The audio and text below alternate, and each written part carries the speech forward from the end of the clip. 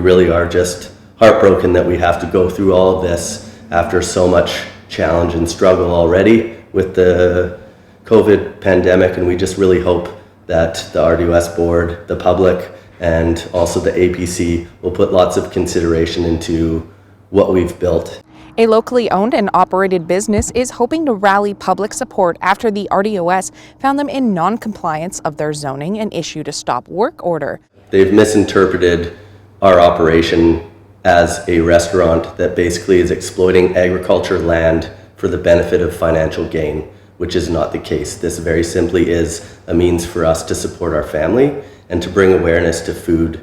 security in our region as well. Backyard Farm is very simply a culinary and agricultural experience where we try to tie together the idea of food culture, the idea of farm culture, and the ability for myself and my wife to raise our family on this beautiful piece of land. Backyard Farms, like many others, was hurt this year by the COVID-19 pandemic, and in an effort to allow for another space to host customers, they started developing their property. As of 6 weeks ago, based on the fact that we were anticipating the opportunity to build a patio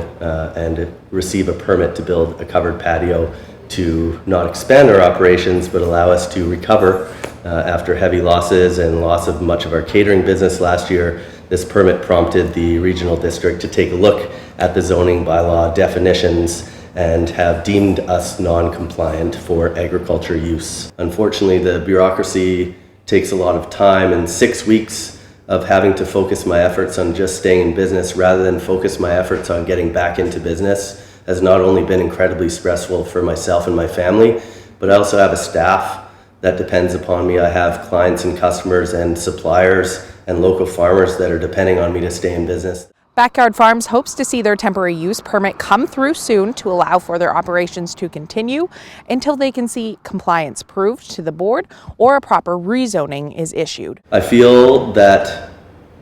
the stance of the regional district, based on the growth of the community and the region, needs to be a little bit more open-minded in their approach. So their interpretation of what a business is doing should be more about encouraging how a business can be in compliance rather than